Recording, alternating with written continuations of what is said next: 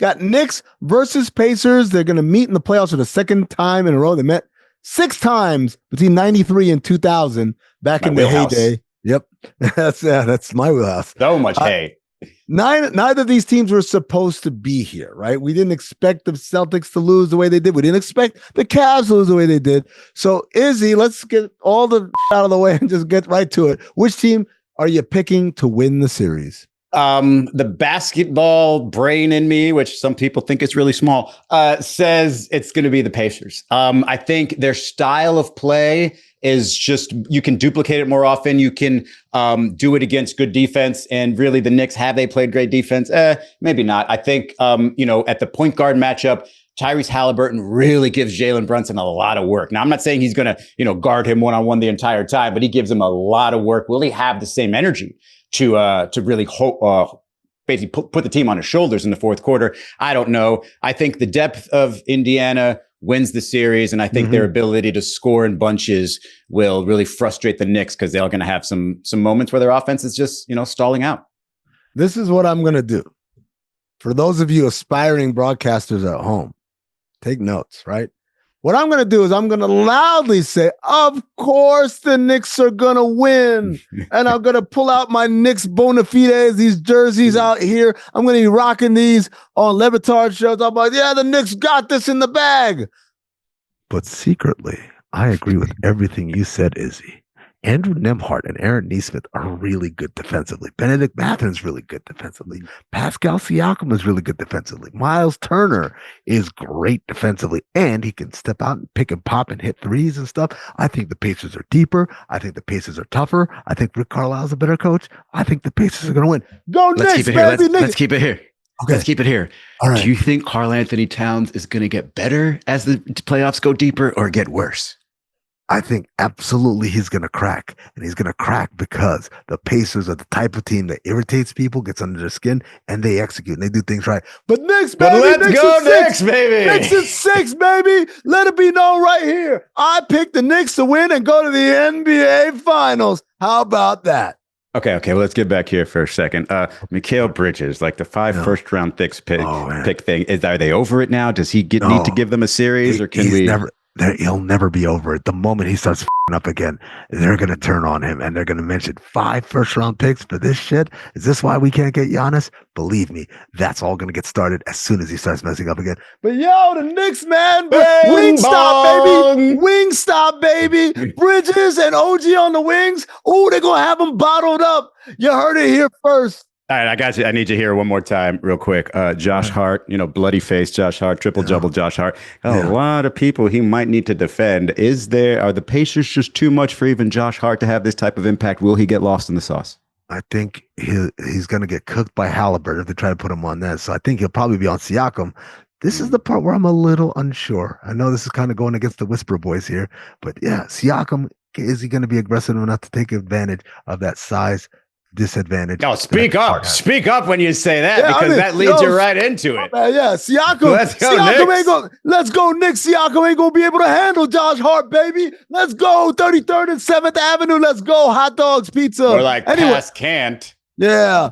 Anyway, these two teams have a history, as we mentioned, back in the year 2000. They played against each other. These are the starting lineups. By the way, Rick Brunson was on the bench for that Knicks team. That's wow. Assistant coach Rick Brunson, also dad Rick Brunson. What a squad. What a couple of squads these were, man. Those were the times. It's crazy that I think, wow, I know more Pacers than I do Knicks. I would have never, if I get 25 years, 25 years in the future, you're going to really know Reggie Miller and Mark Jackson and Jalen Rose and Antonio Sprewell and Patrick Ewing don't come across as the most friendly player, at least when they play. So, yeah, I wasn't going to predict being friends with New York Knicks down the road. I'm just saying, I don't know any of these guys. I know Allen Houston a little bit. The most Vegas know Allen Houston. But, the Pacers, other than Rick Smith, those are my boys, man. Antonio Davis and Jalen Rose. How's Sprewell doing? Oh, wait. I have no idea. I didn't know he was alive. Sure. Oh, well, okay. We didn't have to go that way. Look, our producer, Hank, is young. As a matter of fact, when this game took place, he was not yet born. Oh, my goodness. He was asking us when the Great Pacers Dynasty happened. And then ask, did the Knicks win any during this time? And I realized when you say that, the Knicks won 2 in the 70s, for someone like Hank, it's like saying they won 2 in the 50s. It's just. To do it better. And like, this is the wild thing. I mean, like, if you just go through your Netflix interface and start doing searches, oh, wow, they did a whole documentary about this Knicks Pacers series and like the rivalry and Reggie Miller. Nobody won. Nobody won. It was just compelling basketball, and somebody did this. And then all of a sudden it's like, wow, this is amazing. And so, I think it has all the makings of being even better. Somebody did this because somebody else actually did this in a basketball right. game. Those are two tied things. But yeah, this is a long rivalry. It was reignited last year, and it's hot, man. I don't know if you saw this from the other night. After the Knicks beat the Celtics in Game 6, there's this guy wearing a Haliburton jersey, and he got trash dumped on his head.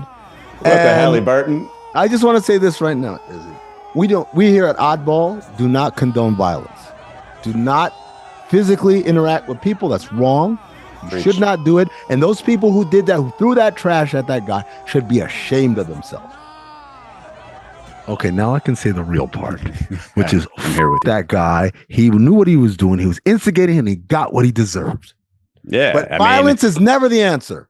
Never. And seriously, I would say, look, the only worst thing you could do at that point is wear a Reggie Miller Pacers jersey down the street. And I would say that those Knicks fans probably did him a favor. That looked like light trash. It looked like a bunch of paper and stuff. It wasn't heavy. It wasn't that bad. And by the way, Tyree saw the video, and now the guy's getting flown out for Game 4 of the conference finals. And so, like, it was a long work is what it was. Yeah, I don't like people being rewarded for being dumbasses. Let's be real. You knew what the was going to happen when you walked out in the middle of 7th Avenue. It's not like, I was at I was in Astoria, Queens getting a hookah and they attacked me. The dude did it right outside. He knew exactly what he was doing. Karma-wise, this does not bode well for the Indiana Pacers. I might actually be willing to change my pick to the Knicks after this, because what are you talking about? The pick is Knicks in 6, baby. Oh, sorry, that was Knicks your in pick. 6. Yeah. All right, you know what? I'm in Knicks in 6. I think this fan ruined it for everybody. I think Tyrese Haliburton shouldn't have given him tickets to Game 4. I think it's a work, and you're getting caught. Yeah. Speaking of getting caught, Trae Young, you're not slick. You're not slick at all. Him doing this little, hot take, but not OKC fans a lot louder than Knicks fans. Happy Sunday. Get out of here, man. This is? This is straight out of the LeBron playbook, which is they're talking about people, not me. I've got to make it about me. So just sit down and be like the rest of us, man. Just watch these games and just enjoy. You don't have to weigh in with your dumbass opinions, man. I love Trae, but he definitely comes across as the Batman villain who's just forcing himself into every episode or every movie here. I don't know which one that would be. Is it maybe Mr. Freeze? No. No. I'll tell you who he is. He's Scarecrow, right? He's Scarecrow. He was the villain, the main villain once upon a time. And then they kind of defeated him pretty easily, I might add. And then he came back in that third one, and he was still trying to be relevant. But look, we all know Bane is the actual villain of that movie and not Scarecrow. You're Scarecrow. Tyrese Haliburton is Bane. I don't know who Ra's al Ghul's daughter would be. I was just trying to get you to do a Mr. Freeze impression, so really we don't have to answer. Your pleas have been your pleas are cold to me. I can't remember the line. What killed the dinosaurs? The Ice Age. I will also say I feel like Jalen Brunson has to take ownership of Bane because of his 3-pointer ate my face celebration. It kind of looks like a Bane mask. You merely adopted being underrated. I was born in it. That's what he's saying to Tyrese Haliburton.